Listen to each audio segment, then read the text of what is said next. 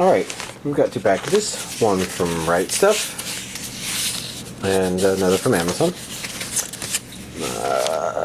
Right now I'm mostly thinking should be enough such that I can get my...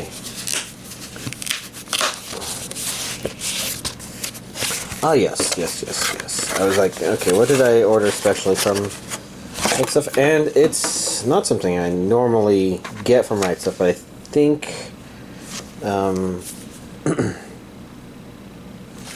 it wasn't showing up on Amazon for some reason. Maybe because I was ordering it like 2 months in advance or something. I don't know.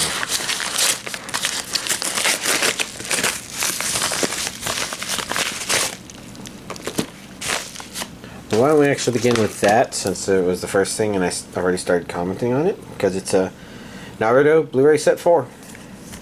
Cover art poster included. Which I think might have been pretty common for these, but...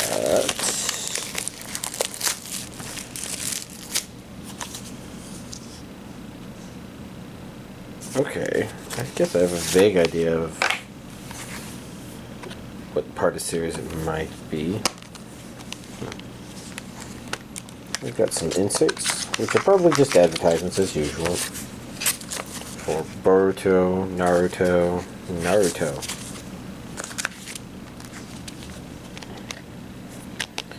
2, 3, 4.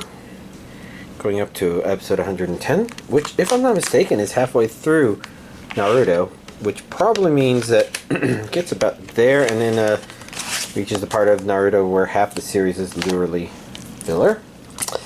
Inuyasha, set 6, final set. Complete your collection. Have I completed my collection? Huh. Almost makes me wonder if there was a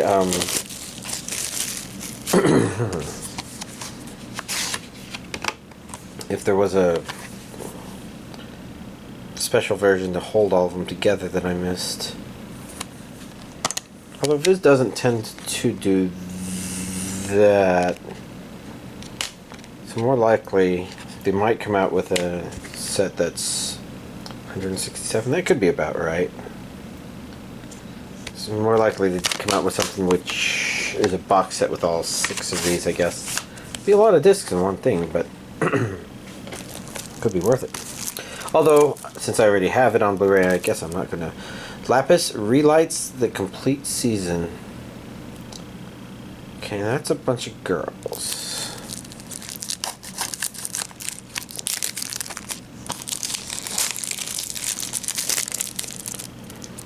Makes me think it's some sort of all-girls school sort of thing. Maybe cute girls doing cute things. Let your lights shine. A magical idol anime. Okay.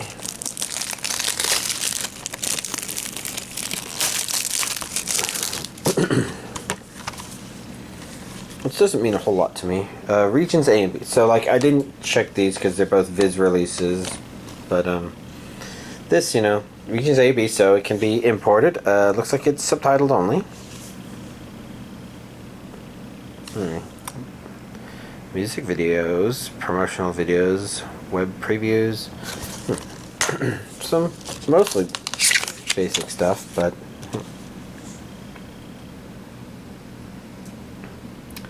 complete season 1, Blu-ray disc 1 and Blu-ray disc 2. Total of 12 episodes plus special features.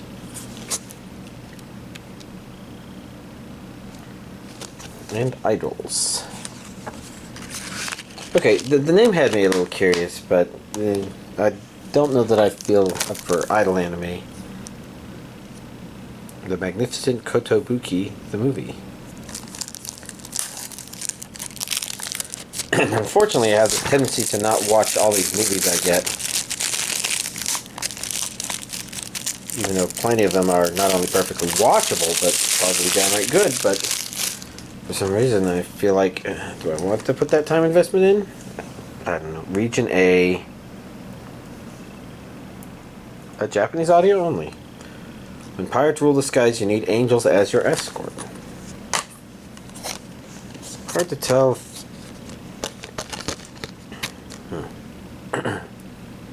Disc 1. Disc 2, special features. Okay. So pretty straightforward. You know, nice simple little release. Here's this week's anime DVD collection update. Although it's all Blu-rays, so this week's anime Blu-ray collection update. So very little anime update today, which is basically, I did watch another episode of Uzaki-chan. You know, Uzaki-chan wants to hang out. I've only got 2 episodes left, but I'm not sure if I'm just feeling the energy to try to complete it, because, you know, like I said, one of the big problems with a show like this is just that it doesn't really have a narrative to it. So it really comes down to, do you enjoy the characters or not? And, you know, for me, I didn't care so much about them, but it means there isn't as much of a hook for me to finish it, other than for the sake of finishing it. And I don't know.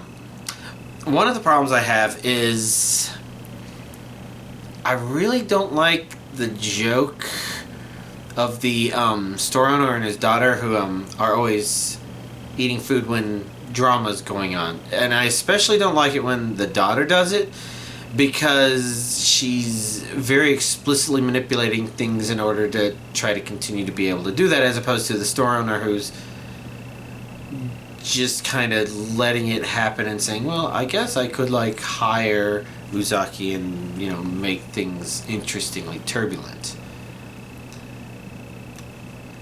Which sounds like it's meddling, but it's not as much as the daughter who will actively tell off the main friend for noticing that there's this potential relationship, and she acts like a controlling,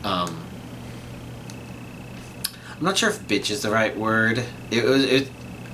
We already kind of established that I kind of have this weird leaning towards just going to that as a default, when, you know, Uzaki-chan isn't a bitch, she's just a brat.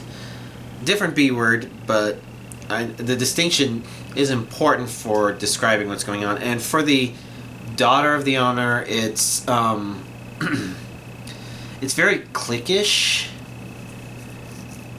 Well, not necessarily being. It seriously reminds me of, well, all the girls at this school agreed that nobody's going to date so-and-so, so we're going to attack you specifically, even though they reached out to you. You know,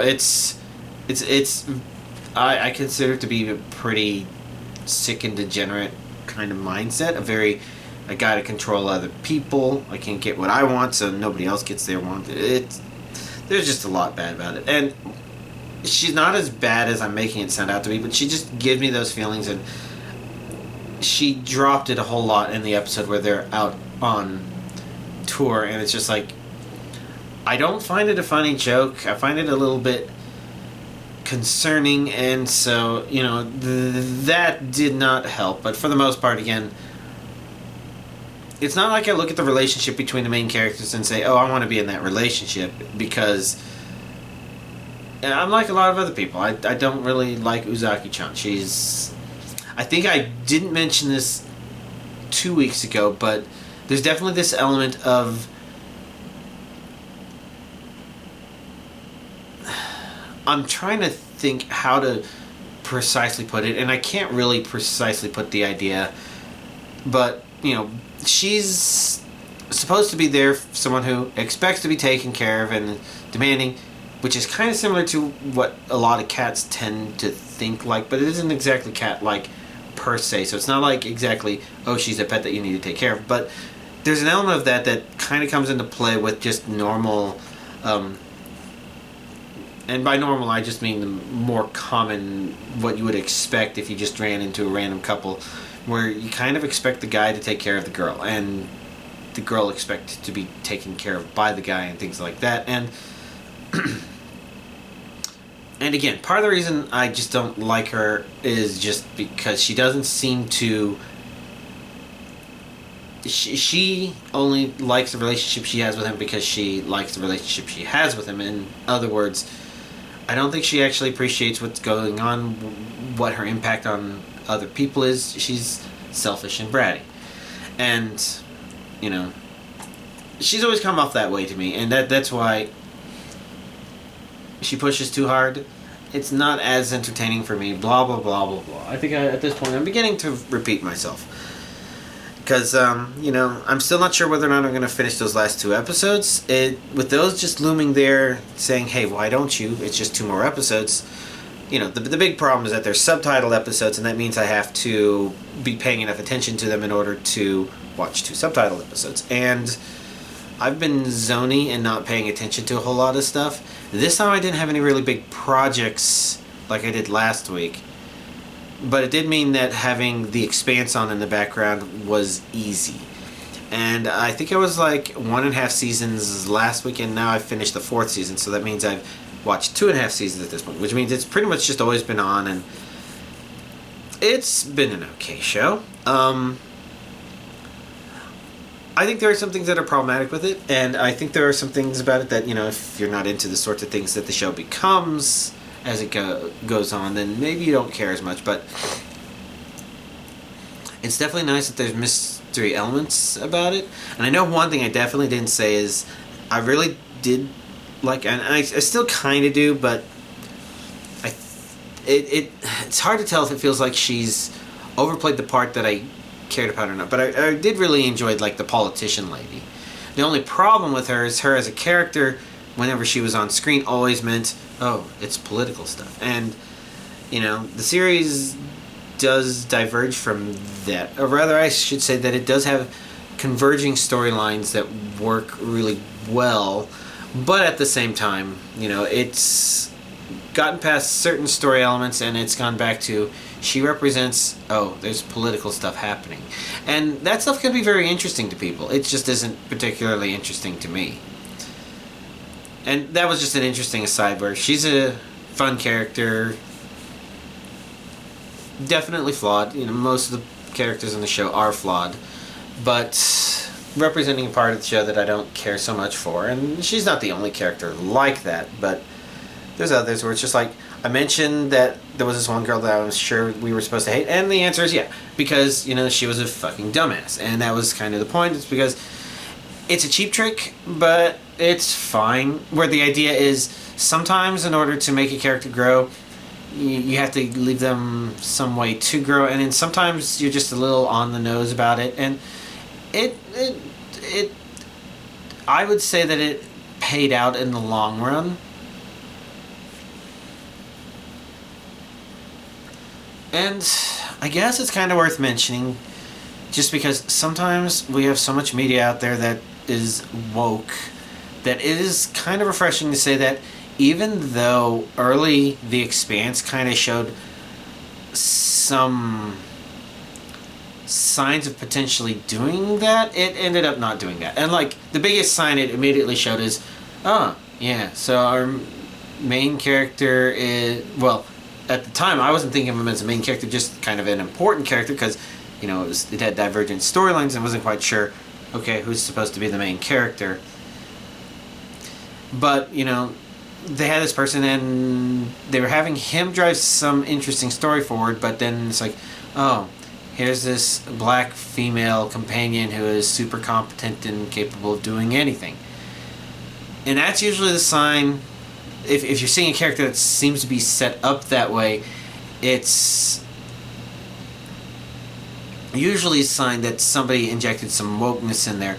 And maybe they did, but unlike a lot of other shows where you can actually identify that somewhere along the lines, I thought pretty early it did a good job of making sure, oh, yeah, no, she's got a problem. So the show still has a problem where, there's some women in here who are portrayed as such badasses that they can beat up men, and that should be the case in certain circumstances, because they do establish that people who grew up on Earth grew up in 1G and they have denser bones and better muscle growth and stuff like that. So even if the Martians train at 1G, they're not always living at 1G, and so for them it's still harder to overcome. So in theory, a badass Earther woman could probably kick the ass of a Martian, let alone Belter.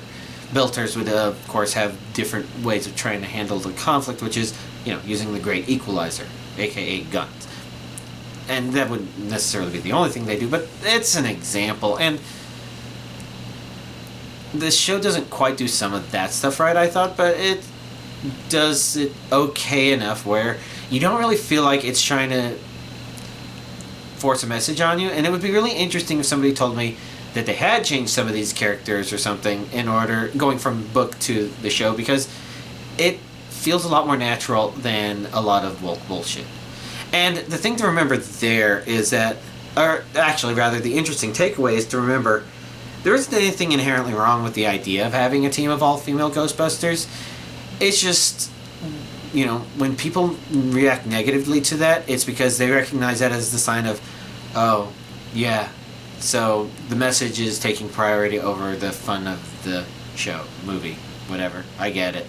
You know, that's a sign people are looking, they're hooking onto. And some of them hook onto that really strongly and then just, you know, mock the things that are immediately available to them. And, you know, Ghostbusters 2016 kind of lived up to that reputation a little bit. It was made by people who didn't really like, understand, enjoy the first movie, let alone the second one, and that's not a good sign. And I've heard that the newer Ghostbusters Afterlife or something, it sounds like people are saying that one feels like it was made by people who are fans of the original show, so maybe a little more hope there. I don't know, but it's kind of sad that even that sort of stuff feels like it's not even the craziest stuff going on right now. And I guess that's kind of gets into why I probably didn't watch a whole lot of anime. It's because I just feel like I'm in a place where I just want to zone out. Playing a video game would have been nice, but nothing really stuck out as something I would want to play. So, I don't know. Maybe I spent a lot of the weekend sleeping or something. Because, you know, that's where most of the free time for me to potentially catch up and watch anime would go. And on a day like today, I could have in theory watched anime after work, but during work, if it's a subtitled thing like Uzaki, it's not going to happen. I might put something dubbed on in the background, depending on how distracted I feel it would make me. So, like, I could maybe thumb through some Code Geass. You know, I think I mentioned I was rewatching that, and I put it over there. I did dig through my boxes and find my Code Geass movie, a steelbook thing that I was looking for. And you might also notice that, like, there's a pile of Black Clover. I don't know if that shows up on the camera too well. I dug out the Fire Force, Star Blazers, mostly because if I rip those, they can go over there and join existing stuff and take up less space back there. So I don't know why I was putting them back. I know why I was putting them back there. It's because I was just in a point where I'm just not ripping anything. And, you know, that's why all this stuff is piling up. This stuff isn't on shelves partially because there's no room for shelves, but also because these represent a project. I'm supposed to process these, and I haven't been. And I dug these out because I expected to be able to process them, but even then, I still haven't done that. I only did the one Code Geass movie and, you know, rewatched a whole lot of scenes and jumped through a whole lot of Code Geass, and yeah, that was a great series. Oh well. So I don't know what the next week's going to be like, just because I still feel in that weird meh mood. And for any of you who like me talking about anime here, I really should. Oh, and if you're curious why why we didn't watch anime, it's because he didn't have that great of a week last week.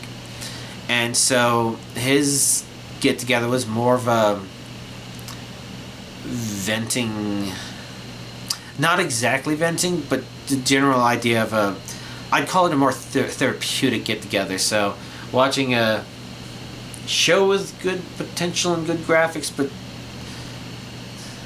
execution that keeps making me hit my head in this nice little dent in the desk where I've been hitting my head for decades or something.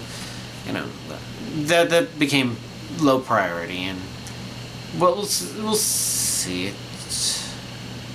Nothing that arrived today would be anything that changes what we would do. So chances are, you know, maybe I'll watch more of that. Maybe I'll finish Uzaki-chan.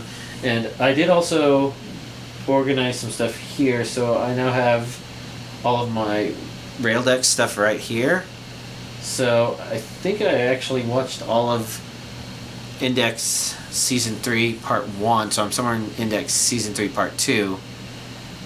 So if I get through that, then I think I get to stuff that should be more interesting, because that was already a little rushed, and I think the idea that some of y'all passed on to me was that the creators are like, okay, the anime is just so far behind the cool stuff we want to show from the original story, the manga or whatever, that they needed to accelerate it a bit. And I say that as if the next thing isn't a certain scientific accelerator and then Railgun T.